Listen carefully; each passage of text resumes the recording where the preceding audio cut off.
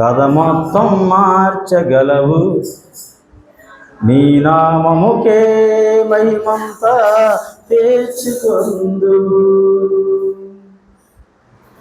ఏమైనా చేయగలవు, కథ మొత్తం మార్చగలవు, నీ నామముకే మహిమంతా తెచ్చుకొందువు. యేసయ్యా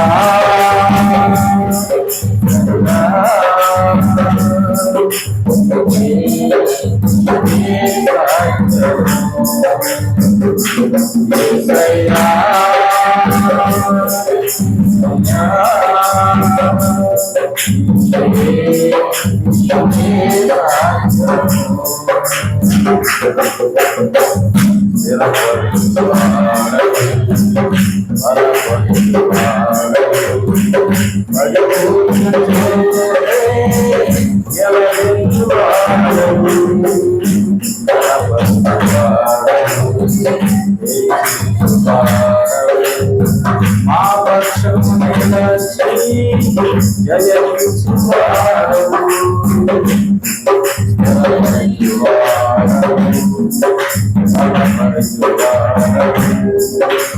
పడిపోయిన చోటే నిలయవాడవు,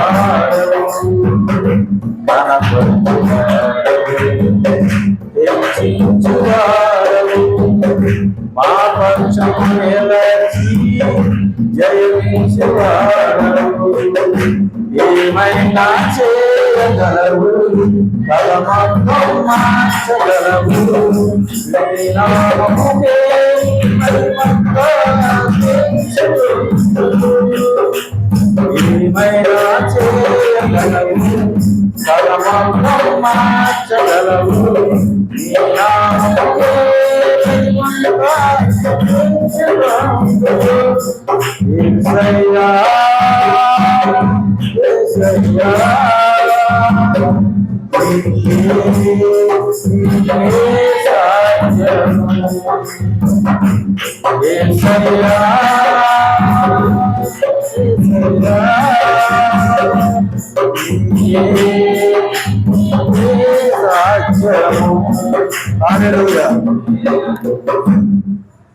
దేవుని నామానికి స్తోత్రం కలుగునుగాక. ఈ పాట నన్ను చాలా బాగా ఆకర్షించుకుంది. ప్రతిరోజు పాడుకుంటున్నాను. బతికే ఉన్నానండి, దేవుని దయ వల్ల క్షేమంగా సజీవంగా ఉన్నానని అర్థం. ఒకసారి ప్రార్థన చేసుకొని వెళ్దాం. దయగల మా తండ్రి, ప్రేమ నమ్మకం మా ప్రభువానికి వందనాలు, స్తోత్రాలు. గడిచిన కాలం అంతా మీరు చేసే సహాయానికి వందనాలు. సంవత్సరాలు, నెలలు, వారాలు, పగళ్ళు, రాత్రులు, ప్రతి స్థలంలో, ప్రతి సందర్భంలో, ప్రతి విషయంలో, ప్రతి క్షణము నువ్వు నడిపించిన విధానం పెట్టే నీకు వందనాలు, స్తోత్రాలు. నువ్వెంతైనా నమ్మదగిన దేవుడివని మా జీవితంలో అనుక్షణం ప్రతి విషయంలో రుజువు చేసుకుంటున్న విధానం పెట్టి వందనాలు, స్తోత్రాలు. ఈ దినం సజీవులు ఉన్నామంటే నీ కృప. ఈ దినం జామిలో మరి ఈ విధంగా జంగాలి కాలనీలో నాయన మరి ఈ విధంగా జయరాజ్ గారు సేవకుడు ఈ సంఘంలో సహవాసంలో ఈ విధంగా ఆత్మీయులతో ఇచ్చిన ఈ బైబిల్ స్టడీ 3వ మంగళవారం బైబిల్ స్టడీని పెట్టి నీకు వందనాలు, స్తోత్రాలు తెలియజేస్తున్నాం తండ్రి. నీకే మహిమ చెల్లిస్తున్నాం. ఈ విధంగా మమ్మల్ని సమకూర్చే కొద్ది మందికి నీకు వందనాలు. ఇంకా రావాల్సి ఉంటే సహాయం చేయండి, వచ్చిన వారిని దీవించండి, సంఘాన్ని దీవించండి, సేవకులను దీవించండి, కుటుంబాలను దీవించండి, ఇక్కడ పరిచయం దీవించండి ప్రభు. నీకు వందనాలు, స్తోత్రాలు. ఎంత గత సంవత్సరం నుంచి ఈ సంవత్సరం వరకు ఆగిపోకుండా నడిపించినందుకు నీకు వందనాలు. ఈ సంవత్సరం కూడా నాయన మాకు ఇచ్చిన అవకాశం పెట్టి స్తుతిస్తూ నిన్ను గణపరచడానికి, నిన్ను మహిమపరచడానికి ఈ స్టడీస్ ద్వారా మీకు నాయన మీకు నాయన మాకు కృప చూపించండి, మాకు సహాయం చేయండి. మిమ్మల్ని ఎలాగ హెచ్చించాలో మాకు ఆలోచన దయచేయండి. మమ్మలను, నీ సేవకులను, కుటుంబాన్ని, మరి సంఘాన్ని కూడా మరుగుపరిచి మీరు మహిమ పొందుకోమని మరి ఇక్కడ డిసెంబర్ 13వ తారీఖు జరగబోతున్న యానివర్సరీ మరి యానివర్సరీ కూడా మరి మహిమకరంగా ఘనంగా జరగడానికి ఎప్పటి నుంచే కార్యక్రమాలన్నీ కూడా ఏర్పాట్లన్నీ సిద్ధపరచమని, అంతా సమకూర్చమని కృప చూపించమని అడుగుతున్నాం తండ్రి. అలాగే రేపు సోమవారం నాడు 27వ తారీఖున ఇదే జామి మండలంలో మరి కొత్తూరులో జరగబోతున్న బహిరంగ మీటింగ్లో కూడా నన్ను మరుగుపరిచి వాడుకోమని సిద్ధపరచమని, సంఘాలు సిద్ధపరచమని, మండలాల్లో ఉన్నటువంటి చుట్టుపక్కల గ్రామాల్లో అనేకులను సిద్ధపరచమని, బలపరచమని, అందరికీ దీవెనకరంగా ఈ నామాన్ని మహిమకరంగా చక్కని వాతావరణంలో చక్కని పరిస్థితుల్లో మమ్మల్ని నడిపించి కృప చూపించమని, మీరే మహిమ పొందుకోమని. ఈరోజు మరి రాజుల గ్రంథం విభాగపడి రాజ్యాల్లో ఇశ్రాయేల్ రాజ్యాన్ని మేము ధ్యానం చేస్తుండగా ఎప్పటికే 10 మంది రాజ్యాల్లో చూడడానికి సహాయం చేశారు ప్రభు, మీకు వందనాలు. ఇంకా ఉన్న 11వ రాజు నుంచి ఈరోజు ఈరోజు క్లాస్ కంటిన్యూ అవుతుంది.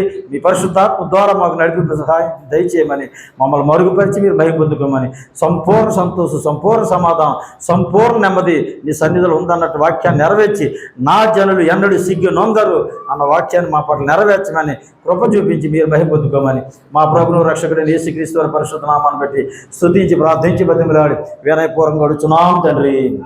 ఆమేన్.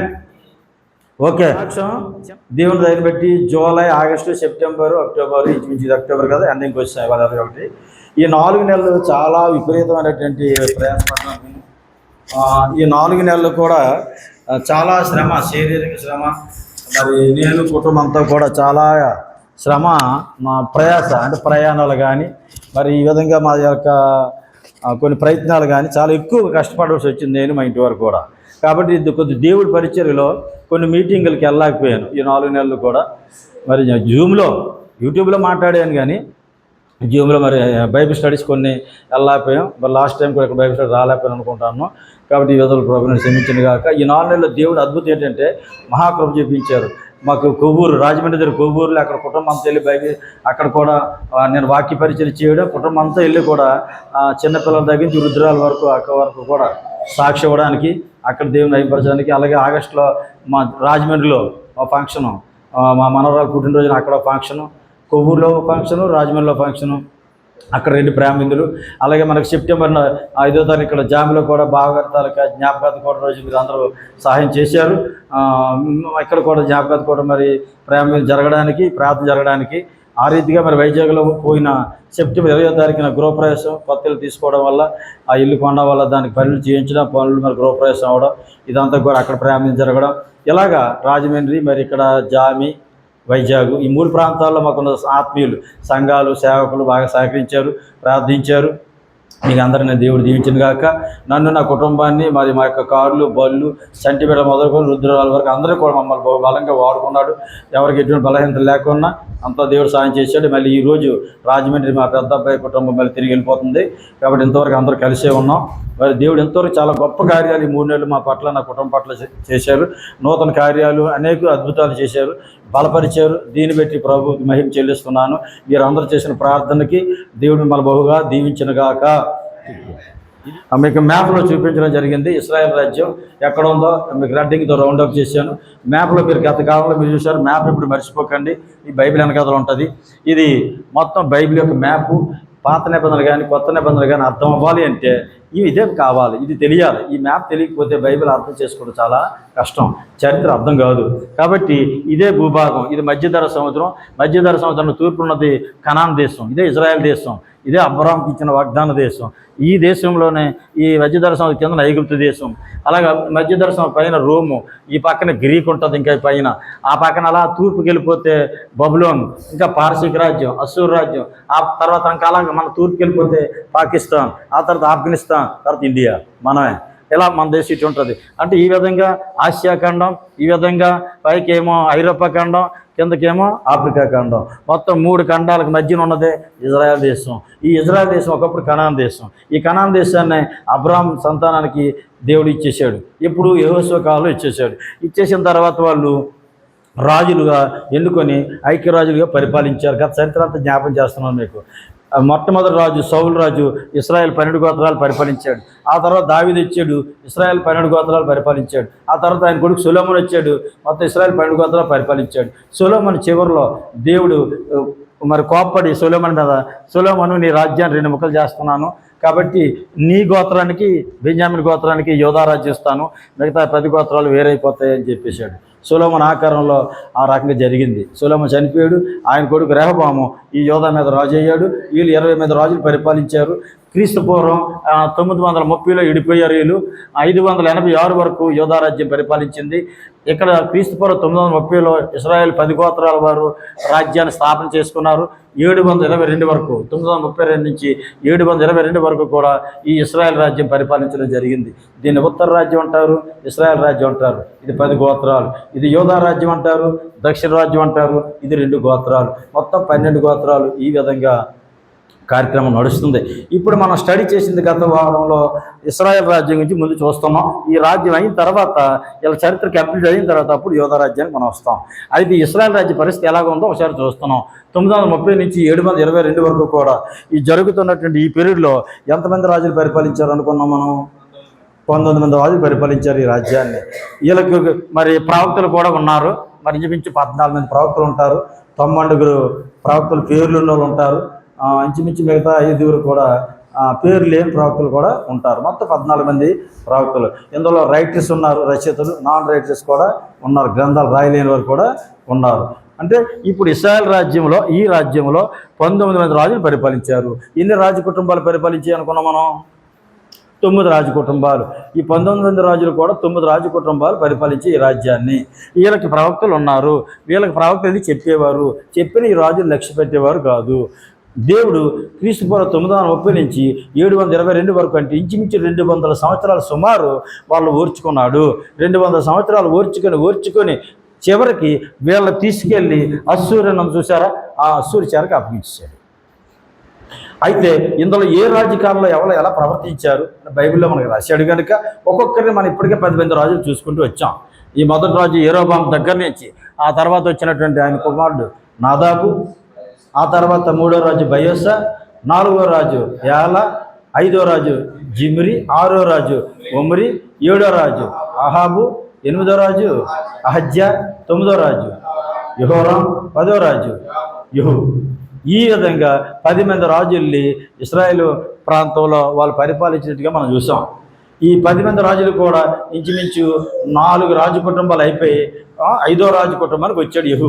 యెహూ 10వ వాడు, ఆయన 5వ రాజు కుటుంబంలో మొదటివాడు. ఇప్పుడు 5వ రాజు కుటుంబం మనకు నడుస్తుంది ఈవేళ క్లాసు. 11వ రాజు యెహూ కుమారుడు అయినటువంటి యెహోయాజు అన్నటువంటి రాజు గురించి మరలా ఇవాళ కంటిన్యూ మనకి జరుగుతుంది ప్రియులారా. కాబట్టి గత చరిత్ర అంతా మీరు చదువుతుండండి. ఆ చదువుతుంటే దీంట్లో ఎన్నో పాఠాలు మీకు దేవుడు నేర్పిస్తాడు. మీ విశ్వాసం స్థిరపడుతుంది, బలంగా ఉంటారు. మరి కాబట్టి మీరు ఇంకా ఆశీర్వదింపబడడానికి అవకాశాలు ఉన్నాయి. మీరు నేర్చుకుంటే అనేకులకు నేర్పించే వాళ్ళు అవుతారు. మీరు దీవించబడితే అనేకులకు దీవెనకరంగా ఉండడానికి కూడా అవకాశాలు ఉన్నాయని నేను మిమ్మల్ని ప్రేమపూర్వకంగా మిమ్మల్ని హెచ్చరిస్తున్నాను. దయచేసి వారి స్టార్ట్ అవుతుంది. పోయినసారి మనకి 10వ అధ్యాయంతో అయిపోయింది కదా. 11వ అధ్యాయం 12వ అధ్యాయం యోధారాజు గురించి ఉంటుంది. మన యోధారాజులు స్టడీ చేసేటప్పుడు ఈ అధ్యాయాలు స్టడీ చేస్తాం. ఇప్పుడు 13వ అధ్యాయం ఈరోజు యెహోయాజుతో స్టార్ట్ అవుతుంది. అంటే మనం అధ్యాయుల క్రమం చూడట్లేదు, వ్యక్తుల క్రమాన్ని చూస్తున్నాం. కాబట్టి యెహూ తర్వాత యెహోయాజు 11వ వాడు. ఆయన చరిత్ర ఎక్కడ ఉంది అన్నది మీరు నోట్ చేసుకోండి. రెఫరెన్స్ యెహోయాజు. ఇతనిది 2వ రాజుల గ్రంథం 13వ అధ్యాయం 1 నుండి 9 వచనాలు. 2వ రాజుల గ్రంథం 13వ అధ్యాయం 1 నుండి 9 వచనాలు. అలాగే 22వ వచనం, 23వ వచనం, 22, 23 వచనాలు కూడా. 13వ అధ్యాయం 1 నుండి 9 వచనాలు, 22వ వచనం, 23వ వచనంలో కూడా ఉంటుంది అదే అధ్యాయం.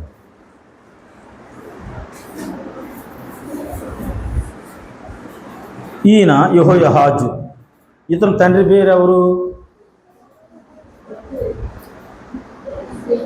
యెహూ. 10వ రాజు చనిపోయాడు కదా, ఆయన కొడుకు ఈయన. 4 తరాలు నీ కుటుంబం రాజ్యం వెళ్తారని దేవుడు వాగ్దానం చేశాడు. రాజు అయిన తర్వాత 28 సంవత్సరాలు పరిపాలించాడు.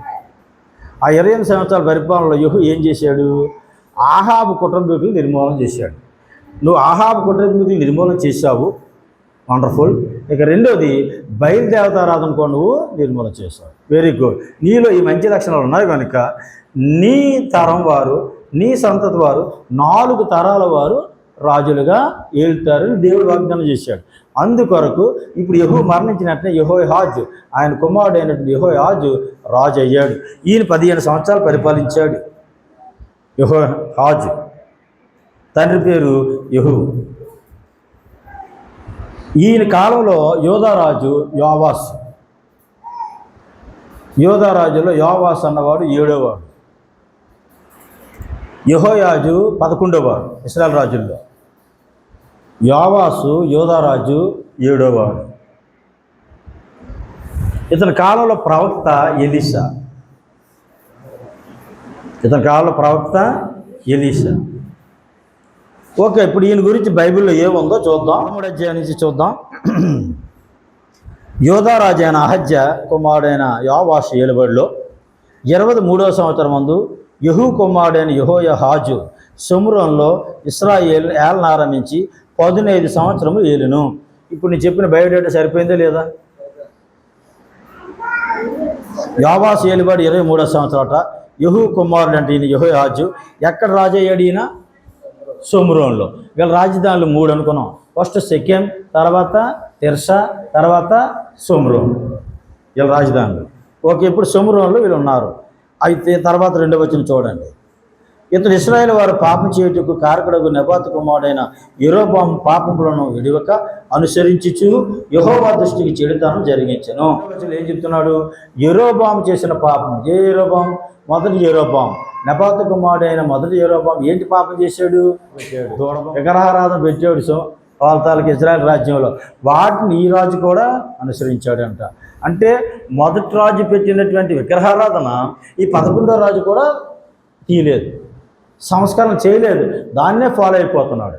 చేశాడు అంతకుముందు యెహోరాము అలాగే చేశాడు, అంతకుముందు అహాబు అలాగే చేశాడు, అంతకుముందు అహజ్య అలాగే చేశాడు. అంతకుముందు వాళ్ళంతా కూడా మొదటి యెరోబాము దగ్గర నుంచి అందరూ అదే చేశారు కాబట్టి మేము అదే చేస్తామని చెప్తున్నారు. అంతే తప్ప సంస్కరణ చేయలే. కాబట్టి ఇది పాపం అట దేవుడి దృష్టిలో. కాబట్టి యెరోబాము చేసిన పాపాన్ని విడవక అనుసరించు యెహోవా దృష్టికి చేరుతామని జరిగించను. 3వ వచనం చూడండి. కాబట్టి యెహోవా కోపం ఇశ్రాయేలు మీద రగులుకొనగా ఆయన సిరియా రాజ్యాన్ని హజాయేలు దినములైనను హజాయేలు కుమారుడైన బెన్హదదు దినములైనను ఇశ్రాయేలు వారిని వారికి అప్పగించాను. ఇక్కడ ఒక ఆట మనం ఎప్పుడు గమనించాలా. బైబిల్ చదువుతుంటే మనకి ఏమనిపిస్తుంది? ఇంతకీ చేసిన పాపం ఏంటి? విగ్రహారాధన. విగ్రహాలని హెచ్చరిస్తారు, గద్దిస్తారు. సంఘ కాపరి విశ్వాసుల్ని హెచ్చరిస్తారు, గద్దిస్తారు. ఎందుకంటే రేపు పొద్దున్న ఏమైనా తోదైపోయారు అనుకోండి, లెక్క అప్పగించాలి. కాబట్టి సరైన మార్గంలో నడిపించాలి సంఘాన్ని, సరైన మార్గంలో కుటుంబాన్ని నడిపించాలి. కాబట్టి యజమానుడిగా సేవకుని కనుక బాధ్యత ఉంటుంది. ప్రేమిస్తున్నారు కనుక గద్దిస్తారు. దేవుడు అంతే. మన గురించి మేము ప్రభుని నమ్ముకున్నాను అంటాం కనుక ప్రభుని నమ్ముకుని ఇలా పాడైపోయామంటే ఇస్తున్నాడు కనుక శిక్షిస్తున్నాడు. మరి మిగతా జనులు ఎందుకు పట్టించుకోడు. ఇక్కడ చూడండి, వీళ్ళు ఇశ్రాయేలీలట తప్పు చేశారంట. ఇశ్రాయేలు ఏం చేశారంట? పాపం చేశారంట. అందుకు దేవుడు కోపం వచ్చిందట. ఓకే, ఇప్పుడు 4వ వచనం చూడండి. అయితే యెహోయాహాజు యెహోవాను వేడుకొనగా యెహోవా సిరియా రాజు చేత బాధనందున ఇశ్రాయేలు వారిని కనికరించి అతని మనవిని అంగీకరించెను. ఏం చేశాడు? యెహోయాజు ఏం చేశాడు? యెహోవాను వేడుకొనగా యెహోవా సిరియా రాజు చేత బాధనందున ఇశ్రాయేలు వారిని కనికరించి అతని మనవిని అంగీకరించెను. అంటే ప్రార్థన అంగీకరించాడని అర్థం. దేవుని నామమున స్తోత్రం కలుగును గాక. రాజు ఏం చేశాడు? దేవుడు శత్రువులకు అప్పగించేశాడు సిరియా వాళ్ళకి. అప్పుడు సిరియా వాళ్ళు ఇలా మొత్తేస్తున్నారు ఇశ్రాయేల్ని. అప్పుడు ఈ రాజు ఏం చేశాడట? దేవుని దగ్గరికి వెళ్ళి, ప్రభువా మరి నా ప్రజలు ఎలాగైపోతున్నారు, మా రాజ్యం ఎలాగైపోతుంది, మా సమాజం ఎలాగైపోతుంది, కనికరించని వేడుకున్నాడు. అప్పుడు దేవుడు కనికరించి అప్పుడు వీళ్ళు ఏం చేశాడు? ఆ శత్రువుల చేతుల నుంచి విడిపించాడు. మనకి ఏదైనా సమస్య వచ్చేటప్పుడు మనం పోట్లాడక్కర్లేదు వాళ్ళతోని. మన ప్రభు దగ్గరికి వెళ్ళి మోకరించో కన్నీరు కాచో మీ చేతనైన భక్తి చేయండి. ఉపవాసం ఉండి ఏదో రకంగా మొత్తమే దేవుడి దగ్గరికి వెళ్ళి పశ్చాత్తాపడి నా బుద్ధిహీనత క్షమించు, నా అవిధేయత క్షమించు, నా అపరాధం క్షమించు ప్రభువా, నన్ను కనికరించి నా ఇంటి వారిని కనికరించు అని మీరు మొరపెట్టుకుంటే వేడుకుంటే అందులోంచి ప్రభు విడిపించి మిమ్మల్ని మామూలుగా యథాప్రకారం నడిపిస్తాడంట.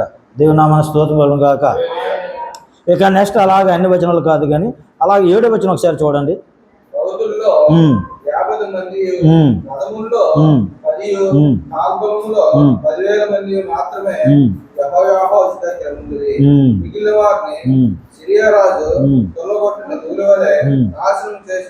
ఇది అండర్లైన్ చేసుకోండి. రౌతుల్లో 50 మంది అట, రథాలలో 10 అట, ఇక కాల్మంలో చూస్తే 10,000 మంది అట. ఇంతే వీళ్ళ సైన్యం. ఒకప్పుడు వీళ్ళ సైన్యం ఎంత? యెరోబాము కాలంలో, వాళ్ళ పితరుల కాలంలో వీళ్ళకి ఎంత సైన్యం ఉండేది? లక్షల మీద ఉండేది. లక్షల మీద ఉన్న సైన్యం వేల మీదకి వచ్చింది.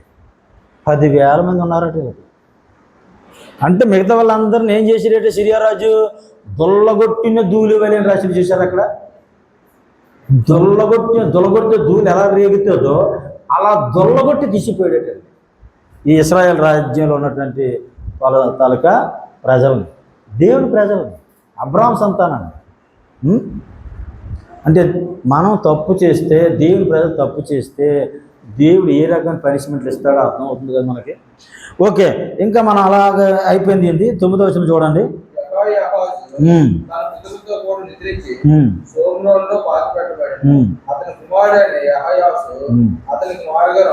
దేవుని నామ స్తోత్రం. ఇది యెహోయాజు యొక్క చరిత్ర.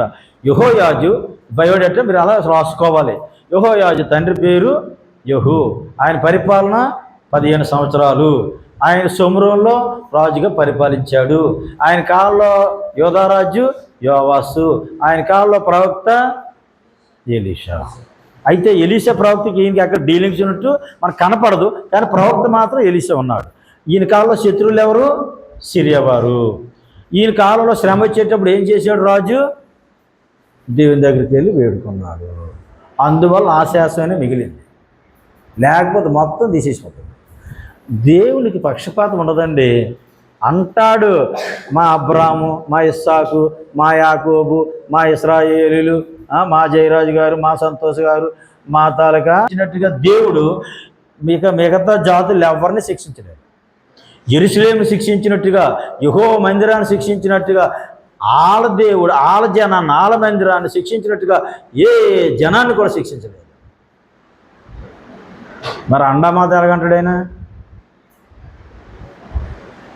నా ప్రజలు, నా జాతి, నా యోధా జాతి, నా ఇశ్రాయేలు, నా అబ్రాహాము సంతానం, నా కుమారుడు. నిజమే, ఆ రీతిగా ప్రవర్తిస్తే ఆయన అంతగా ప్రేమిస్తాడు, అంతగా చేస్తాడు. ఆయన ఆశపడినట్టు ప్రవర్తించలేదు కనుక శత్రువు చూసినట్టు చూశాడు, విరోధిని శిక్షించినట్టు శిక్షించాడు. యెహోయాషు రాసుకోండి. ఇశ్రాయేలు రాజు 12వ వాడు యెహోయాషు. ఇతని తండ్రి పేరు యెహోయాహాజు. గురించి రిఫరెన్స్ రాసుకోండి. 2వ రాజులు 13వ అధ్యాయం 10వ వచనం నుంచి 25వ వచనం వరకు. 2వ రాజులు 13వ అధ్యాయం 10వ వచనం నుంచి 25వ వచనం వరకు. అలాగే 14వ అధ్యాయం 1వ వచనం 8 నుంచి 16వ వచనం వరకు. 14వ అధ్యాయం 1వ వచనం 8వ వచనం నుంచి 16వ వచనం వరకు. మరియు 2వ దినవృత్తాంతాలు కూడా ఇది చదవండి. 2వ దినవృత్తాంతాలు 25వ అధ్యాయం 6 నుండి 24వ వచనం వరకు, 6వ వచనం నుంచి 24వ వచనం వరకు. ఇది ఈయన తాలూకా చరిత్ర ఇందులో దొరుకుతుంది మనకి. ఈయన కాలంలో యోధారాజు ఎవరు? యోవాసు. తర్వాత అమజ్య కూడా ఎంటర్ అయిపోయాడు. యోధారాజులు ఎవరంటే ఈయన కాలంలో యోవాసు. అంటే యోవాసు అంటే ఎన్నోవాడు? యోధారాజుల్లో 7వ వాడు. తర్వాత 8వ రాజు. యోధారాజు యోవాసు 8వ వాడు. 7 అతలియ రాణి కూడా ఉంది అందులోని. అందువల్ల వాళ్ళకి 20 మంది వచ్చారు. యోధా దేశంలో రాణి పరిపాలించింది కాబట్టి 7వది అతలియ రాణి, 8వ రాజు యోవాసు, 9వ రాజు అమజ్య. అంటే ఈ రాజు కాలంలో ఇశ్రాయేల్ రాజు 12వ వాడైన యెహోయాషు కాలంలో ఇక్కడ 12వ వాడైన యెహోయాషు పరిపాలిస్తున్నప్పుడు యోధాలో 8వ వాడైన యోవాసు, 9వ వాడైన అమజ్య. ప్రవక్త ఎలీషా. ఈయనతో ఎలీషా ప్రవక్త లాస్ట్. ఇక్కడతో ఎలీషా ప్రవక్త ఇంతవరకు ఉంటాడు. ఇక్కడతో ఎలీషా ప్రవక్త కూడా చనిపోతాడు ఈయన కాలంలో. ఓకే, ఇప్పుడు ఈయనకి రెఫరెన్స్లు మనం చూద్దాం. 13వ అధ్యాయం 10వ వచనం చదువుతాను చూడండి. యోధారాజు అయిన యోవాసు ఏలుబడిలో 37వ సంవత్సరం అందు యెహోయాజు కుమారుడైన యెహోయాషు షోమ్రోన్లో ఇశ్రాయేలును ఏళ్ళను ఆరంభించాడు. ఎన్ని సంవత్సరాలు పరిపాలించాడు? 16 సంవత్సరాలు. రాసుకోండి, 16 సంవత్సరాలు పరిపాలించాడు ఈయన. ఇలా ఎన్ని సంవత్సరాలు పరిపాలించాడు? 15 సంవత్సరాలు పరిపాలించాడు. ఇతడును ఇశ్రాయేలు వారు పాపం చేయుటకు కారకుడు నెబాతు కుమారుడైన యెరోబాము చేసిన పాపం ఎడవక వాటిని అనుసరించుచు యెహోవా దృష్టికి చెడుతాం జరిగించును. ఇది కామన్. ఇది వీళ్ళందరికీ కూడా వెనకాల తోకలాగా పాపాలు వీళ్ళు కూడా చేశారని లింకప్ అనమాట ఇది. ఇక 12వ వచనం చూడండి. యెహోయాషు చేసిన ఇతర కార్యం గూర్చి అతడు చేసిన దాని అంతటి గూర్చి యోధారాజు అయిన అమజ్యతో యుద్ధం చేయనప్పుడు అతడు కనపరిచిన పరాక్రమం గూర్చి ఇశ్రాయేలు రాజుల వృత్తాంత గ్రంథమందు రాయబడి ఉన్నది. ఇతను యోధారాజు అయిన అమజ్యతో యుద్ధం చేశాడంటే, ఈయన కాలంలో శత్రువు ఎవరంటే యోధారాజే. అమజ్యాకి ఈయనకి యుద్ధం అయిపోయింది. 13వ వచనంలో ఏముంది? యెహోయాషు తన పితరులతో కూడా నిద్రించిన తర్వాత యెరోబాము అతని సింహాసనం మీద ఆసీనుడయ్యను. యెహోయాషు శమ్రోనులో ఇశ్రాయేలు రాజుల సమాధి యందు పాతి పెట్టబడును అని ఉంది. దీన్ని బట్టి మీకు ఏమర్థమైంది? 13వ వచనంతో ఈయన చరిత్ర అయిపోయింది అని మీకు అర్థమైంది కదా? అయిపోలేదు, ఇంకా ఉంది. అదే బైబిల్తో వచ్చిన బాధ. అక్కడ ఏం రాసేసాడు?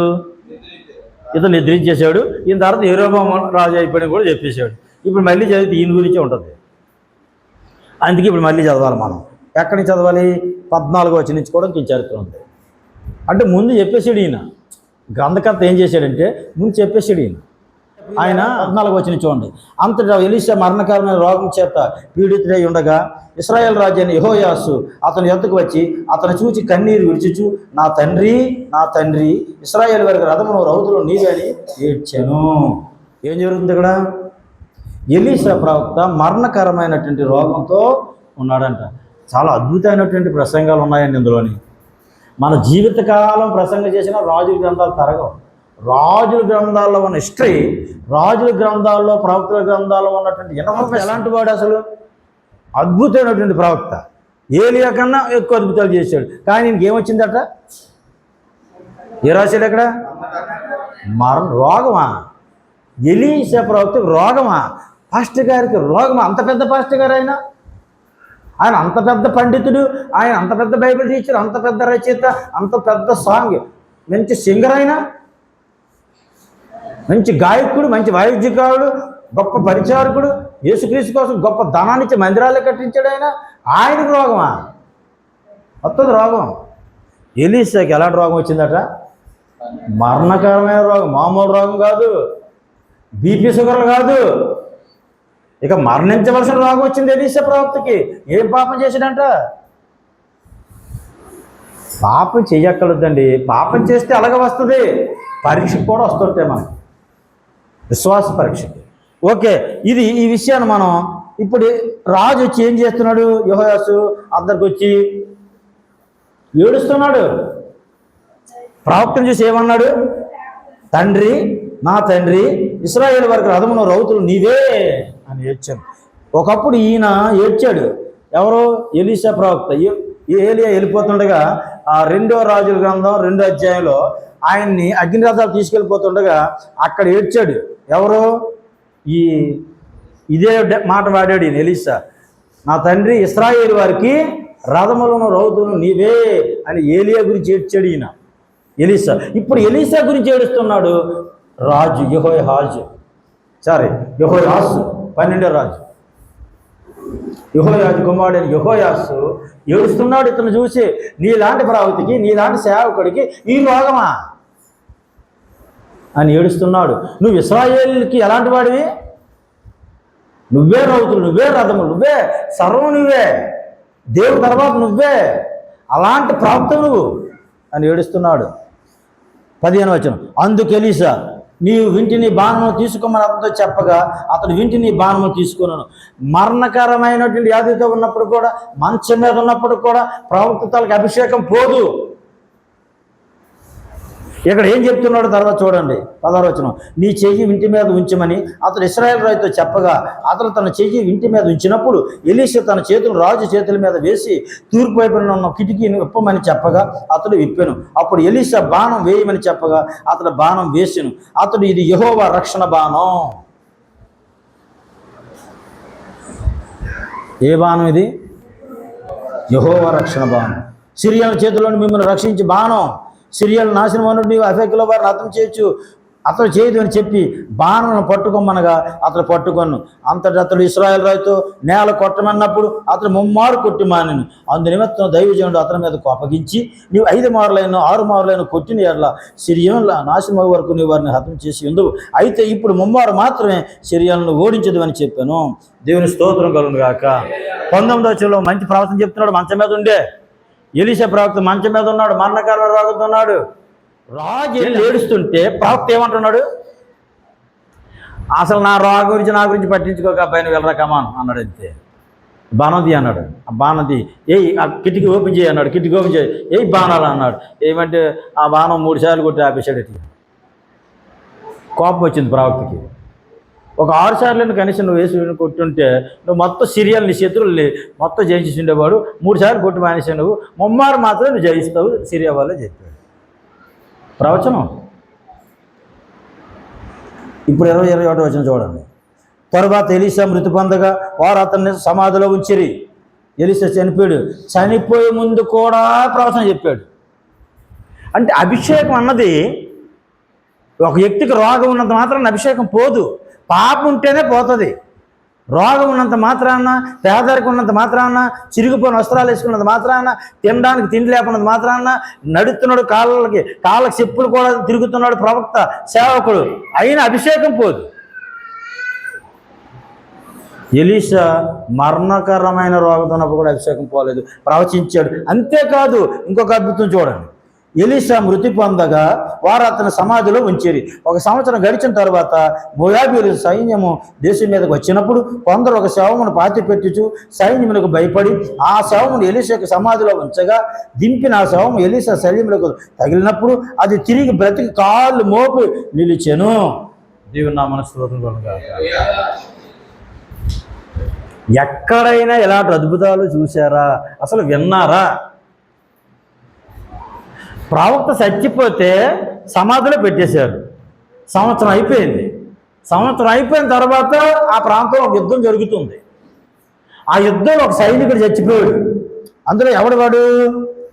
మోయాబీ సైన్యం దేశం మీదకి వచ్చినప్పుడు కొందరు ఆ శవాన్ని అక్కడ పాత పెట్టితే ఆ ఎలీషా సమాధిలో సంవత్సరం కింద సమాధి చేసిన ఆ సమాధిలో ఈ శవాన్ని పెట్టారు. ఆయన ఆ శవం ఇలా తగలగానే ఆ బాడీ ఎముకలు ఏదో ఉంటాయి. సంవత్సరం అయిపోయాక ఏముంటాయి ఇంకా అక్కడ? ఏ ఎముకో తగిలి ఉంటుంది. ఈయన బతికేసాడు. అంటే ఎలీషా ప్రవక్త చచ్చిపోయిన తర్వాత కూడా ఆయన అభిషేకం పోలేదు ఆయనకి. ఆ శరీరంలో కూడా, కుళ్ళిన శరీరంలో కూడా ఇంకా అభిషేకం ఉంది. ఎజ్కేలు ఒకసారి అక్కడికి వెళ్ళి అన్నాడు దేవుడు, వెళ్ళాను ప్రభు, ఆ లోయ దగ్గరికి వెళ్ళి ఆ లోయలు ఏమున్నాయంటే ఎండిపోయిన ఎముకలు ఉన్నాయి ప్రభు. మరి ఆ ఎండిపోయిన ఎముకలు ఏమైనా బ్రతుకుతాయా? నాకు ఏం తెలుస్తుంది ప్రభు, నీకే తెలుస్తుంది, ఒకసారి ప్రవచించు అన్నాడు. ఎండిపోయిన ఎముకలారా మీరు మహాసైన్యము అవుదురుగాక అన్నాడు. అంతే. టప్ టప్ టప్ అని ఎముకలన్నీ కూడా మహాసైన్యంగా లేచిపోయారు. ఎప్పుడు చచ్చిపోయారు? ఎప్పుడో చచ్చిపోయారు. ఎప్పుడో చచ్చిపోయిన శవాలు, ఎప్పుడో చచ్చిపోయిన శవాల తాలూకా ఎండిపోయిన ఎముకలు ఈరోజు బతికాయి అంటే ఎవడు చెయ్యగలడు ఈ అద్భుతాన్ని? ఒక ప్రవక్త, దేవుని సేవకుడు ప్రవచిస్తే అవి బ్రతికేసాయి అంటే, ఎలీషా ప్రవక్త సమాధిలో ఉన్న శవం మీద ఒకడు అన్యుని పెడితే ఒక వాడు బ్రతికేసాడంటే మరి ఏమనుకోవాలి ఈ గొప్ప కార్యాలు?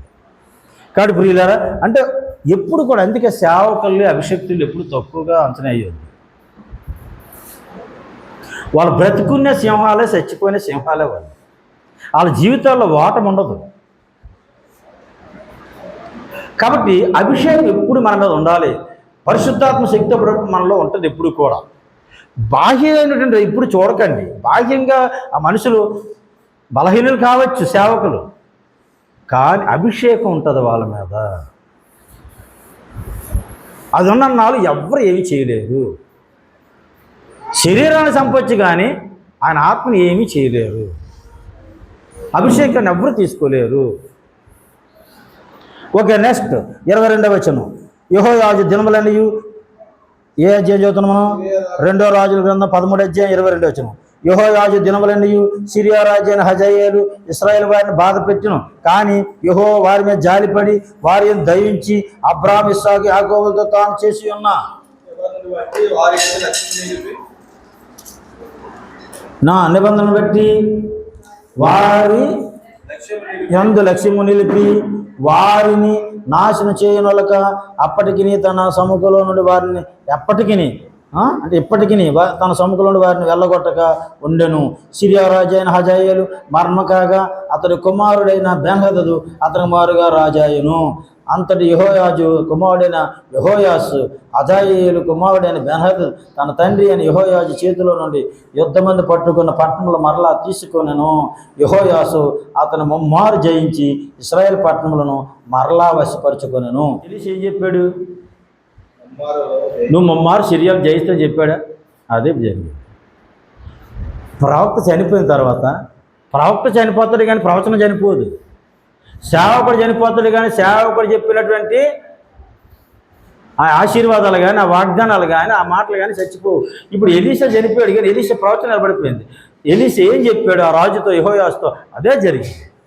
అక్కడ సిరియా రాజు చనిపోయి సిరియా రాజు కొడుకు రాజ్యం పరిపాలిస్తున్నాడు. సిరియా వాళ్ళకి ఇశ్రాయేల్కి యుద్ధం సిరియా వాళ్ళు ఎక్కడున్నారు మ్యాప్లో? వీళ్ళు ఎక్కడ వీళ్ళకి ఇశ్రాయేల్కి యుద్ధం జరుగుతుంది. ఇప్పుడు ముమ్మారు జయించాడు. అప్పుడు చెప్పాడు కదా, నువ్వు 6 మార్లు కనీసం కొట్టుంటే వాళ్ళు సమూలం నాశనం చేసి ఉండేవాడు. ముమ్మారే నువ్వు జయిస్తావు చెప్పాడు, ముమ్మారే జయించాడు. ఓకే, ఇంకా వీళ్ళ గురించి ఇంకే మనకు రెఫరెన్స్ ఇంకెక్కడ ఉంది మనం చదవలసింది? 2వ రాజులు 13వ అధ్యాయం 10 నుంచి 25వ వచనం వరకు అయిపోయింది. 14వ అధ్యాయంలో ఉంది కదా, 8, 16. 14వ అధ్యాయంలో ఉన్న సందర్భం 2వ దినవృత్తాంతాలు 25వ అధ్యాయం 6 నుంచి 24 ఇచ్చాను చూసారు రెఫరెన్స్. ఈ రెండు ఒకటే. 2వ రాజుల గ్రంథంలో 14వ అధ్యాయంలో జరిగిన చరిత్రను 2వ దినవృత్తాంతాలు 25వ అధ్యాయంలో 6 నుంచి 24 జరిగిన చరిత్ర ఒకటే. ఇప్పుడు ఈ రెండిట్లో ఏదో ఒకటే మనం చదువుదాం. 2వ దినవృత్తాంతాలకు వెళ్దాం. ఏ రాజు గురించి చూస్తున్నాం? యెహోయాషు ఇశ్రాయేల్ రాజు 12వ వాడు. అలా నెంబరింగ్ పెట్టుకోండి. 12వ వాడు గురించి చూస్తున్నాం మనం. ఈయన యెహోయాజు యొక్క కుమారుడు. యెహూకి ఏమవుతాడు? మనవడు. 10వ రాజు అయిన యెహూకు మనవడు. ఈయన యెహూకి ఏం చెప్పాడు దేవుడు? 4 తరాల వారు రాజ్యం చేస్తారని చెప్పాడు. అంటే యెహూకి ఇచ్చిన వాగ్దానం ప్రకారం ఎన్నోవాడు ఈయన? 2వ వాడు. ఇశ్రాయేల్ రాజ్యంలో 9 కుటుంబాల్లో 5వ కుటుంబానికి చెందినవాడు యెహూ దగ్గర నుంచి. ఓకే, ఇప్పుడు ఈ చరిత్ర మనం చూస్తున్నాం. ఈయన కాలంలో యోధారాజు అయినటువంటి యోవాషు తర్వాత ఎవరు వచ్చారని చెప్పాను? అమజ్యా. అమజ్యాకి ఈయనకి యుద్ధాలు జరిగాయని చెప్పాను కదా. ఇప్పుడు అదే రాశాడు 2వ దినవృత్తాంతాల్లో 6వ వచనం నుంచి మీకు ఒకసారి చూడండి. మరి అతడు ఇశ్రాయేల్ వారిలో 1,00,000 మంది పరాక్రమశాలను 200 మనుగులు వెండికి కుదించను. దైవజనుడు ఒకడు అతని ఎదుగు వచ్చి రాజు ఇశ్రాయేల్ సైన్యంతో ఇదంతా 17వ వచనం నుంచి మనం చూసుకుంటే ఈ యెహోయాషుకు సంబంధించిన చరిత్ర ఉంటుంది. అప్పుడు యోధారాజు అయిన అమజ్యా ఆలోచన చేసుకొని, రమ్ము మనం ఒకరి ముఖం ఒకరు చూసుకుందామని యెహూకు పుట్టిన యెహోయాజు కుమారుడును ఇశ్రాయేల్ రాజు అయిన యెహోయాషు వద్దకు వర్తమానం పంపెను. కనెక్ట్ అయిందే? యెహూకు పుట్టిన యెహోయాజు కుమారుడైన యెహోయాషునికి వర్తమానం పంపాడంట. ఎవరు? యోధారాజు అయిన అమజ్యా 9వ వాడు. ఏమని? మన ఇద్దరు ఒకరి ముఖం ఒకరు చూసుకున్నదంటే యుద్ధానికి రమ్మని అర్థం. నీ సైన్యాన్ని పట్టుకునివరా, నా సైన్యం పట్టుకుని వద్దాం, మన ఇద్దరు బలా తేల్చుకుందాం అన్నట్టుగా పంపించాడు. ఏం జరుగుతుందో చదువుతాను, అలా చూడండి. 18వ వచనం. కాగా ఇశ్రాయేల్ రాజు అయిన యెహోయాషు యోధారాజు అయిన అమజ్యాకు ఇలా తిరిగి వర్తమానం పంపాడు ఈయన ఇశ్రాయేల్ రాజు. నీ కుమార్తెను నా కుమారునికి ఇమ్మని లెబానోన్లోనున్న మొండ్ల చెట్టు, లెబానోన్లోనున్న దేవదారు వృక్షమునకు వర్తమానం పంపగా లెబానోన్లో సంచరించి ఒక దుష్టమగం ఆ మొండ్ల చెట్టులో తొక్కివేశాను. నేను ఏదో మీరు ఓడించిద్దని కదా అని నీవు అనుకునిచున్నావు. నీ హృదయం నీవు గర్వించి ప్రగల్భంలాడినట్లు చేయుచున్నది. ఇంటి వద్ద నిలిచి ఉండము. నీవు నా జోలికి వచ్చి కీడు తెచ్చుకుంటూ ఎందుకు? నీవును నీతో కూడా యోధావారును అపజయము ఎందుకు? జనులు ఎదోమీయుల దేవతల యొక్క విచారణ చేయొచ్చు వచ్చిరు కనుక వారి శత్రువుల పడింది. శత్రువుల చేతికి వారు అప్పగింపబడినట్లు దేవుని ప్రేరణ వలన అమజ్యా ఆ వర్తమానం అంగీకరింపకపోయాను.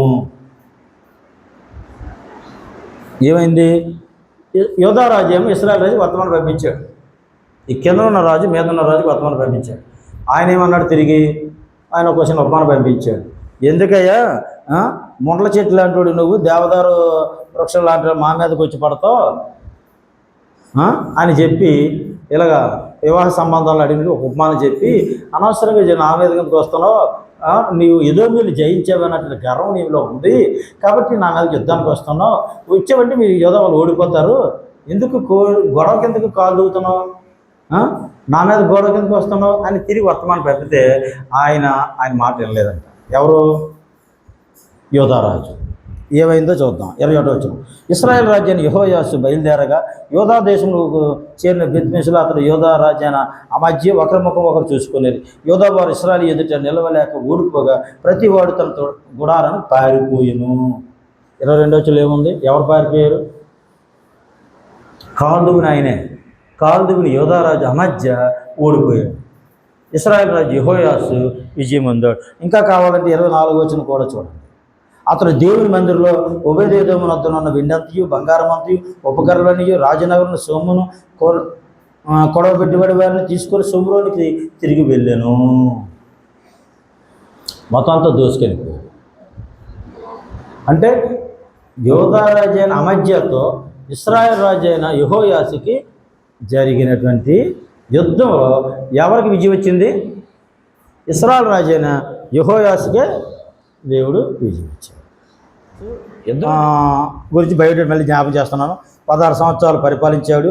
ఇతని కాలంలో యోధా రాజులు యోవాసు, అమధ్య, ప్రవక్త ఎలీషా. ఇతను కాలంలో జరిగిన సంఘటనలు ఏంటి? ఎలీషా మరణించడం, ఎలీషా మరణకరమైన యాత్ర ఉన్నప్పుడు ఈయన బాధపడటం, ఆ తర్వాత ఎలీషా ఈయనకి వాగ్దానం ఇవ్వడం, ఆ వాగ్దానం సిరియా వాళ్ళు జయిస్తామని చెప్పినట్టుగా సిరియా వాళ్ళు ఈయన జయించడం, ఆ తర్వాత యోధా రాజు అమధ్యతో యుద్ధం రావటం, అమధ్య మీద కూడా విజయం పొందాడు యెహోయాషు. అంటే కొంతవరకు యెహోయాషు మంచివాడుగా కనబడుతున్నాడు మనకి. యెరోబాము చేసిన పాపాన్ని మాత్రం కొనసాగించాడని ఉంటుంది. కొంతవరకు ఇశ్రాయేల్ రాజుల్లో యెహోయాషు కొంత బెటర్. అది దేవుని ఆశ్రయించాడు, ప్రవక్తను ఆశ్రయించి ఉన్నాడు. దేవుని ప్రవక్తలు ఎవరైతే ఆశ్రయించి ఉంటారో వాళ్ళు కొద్ది ముందుకు వెళ్ళారు, విజయాలు చూశారు. దేవుని మీద తిరగబడినా, దేవుని సేవకుల మీద తిరగబడినా వాళ్ళు అపజయాలు పాలయ్యారు. ఇది రాజుల చరిత్రలో మనం చూస్తుంటాం. ఓకే, ఇప్పుడు ఈయన గురించి 2వ రాజుల గ్రంథం 14వ అధ్యాయం 16వ వచనం చూడండి.